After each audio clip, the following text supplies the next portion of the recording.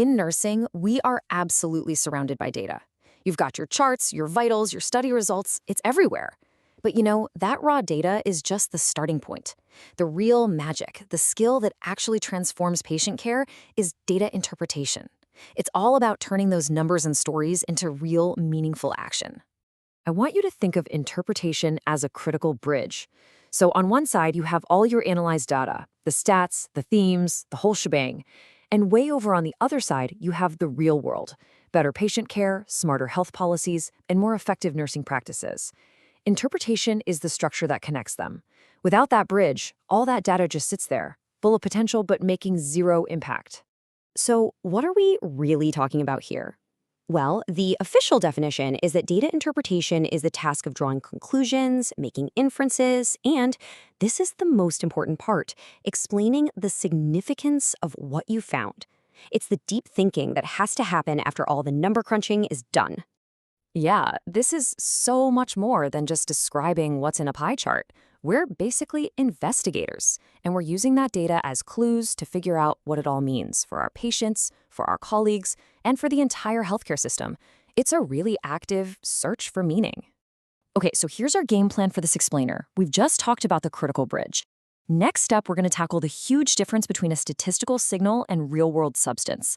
Then we'll look at how quantitative and qualitative data tell totally different kinds of stories, how to avoid some common pitfalls, and finally, we'll tie it all back to the ultimate goal, better patient care. All right, let's dive into what might be the single most important concept in nursing data interpretation. And that's the difference between a statistical signal and true clinical substance. It's so easy to get excited when you see a significant result, but we always have to ask, significant to whom? On one hand, you've got statistical significance. All this really tells you is that the result you're seeing probably isn't a random fluke. It's a mathematical signal, that's it.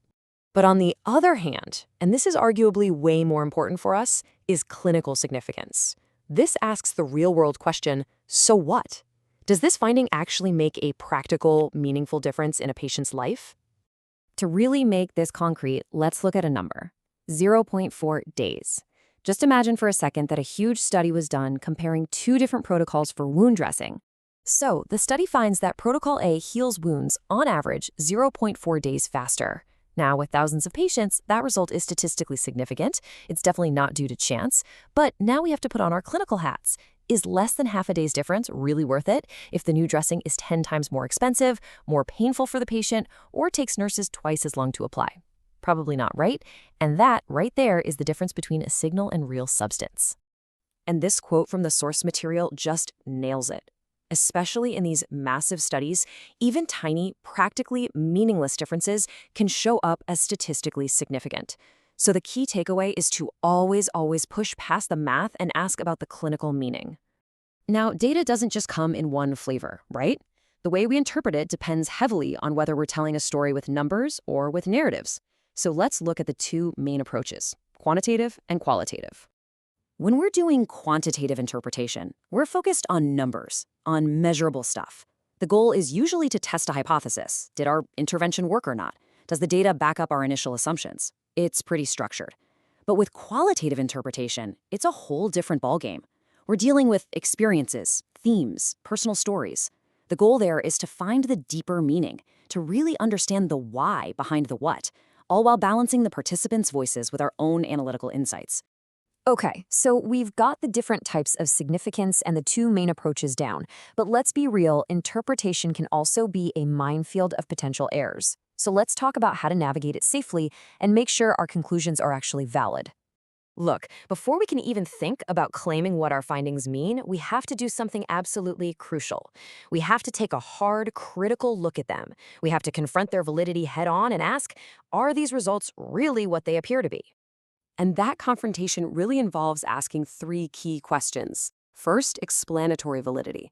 Are there other plausible explanations for our results? Maybe the patients who got the new treatment were also younger, and that's why they healed faster. Second, ecological validity. Does our study sample actually reflect the broader patient population we care about in the real world? And third, methodological validity. Is it possible our tools or procedures somehow created the results we're seeing? These are critical checks against jumping to the wrong conclusion. Asking those questions helps us dodge some of the most common mistakes. Things like, drawing a massive conclusion from a tiny, unrepresentative sample, or completely ignoring biases in who decided to participate in the study. A big one is just failing to step back and see the broader context, or trying to make comparisons between groups that are like apples and oranges. Being vigilant here is everything. So let's bring this all home. We've talked about the mechanics, the different types, and the pitfalls.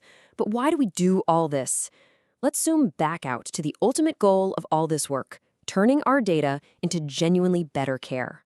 You see, great interpretation never happens in a vacuum. It's all about connecting the dots. It's about placing these new findings into the huge web of what we already know from theory, from past research, and from our own hard-won clinical experience. We're building knowledge, not just collecting isolated facts. And this is the payoff.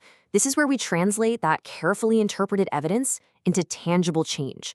A new protocol on the floor, a new guideline that actually shapes health policy, or maybe a new burning question that sparks the next wave of vital research.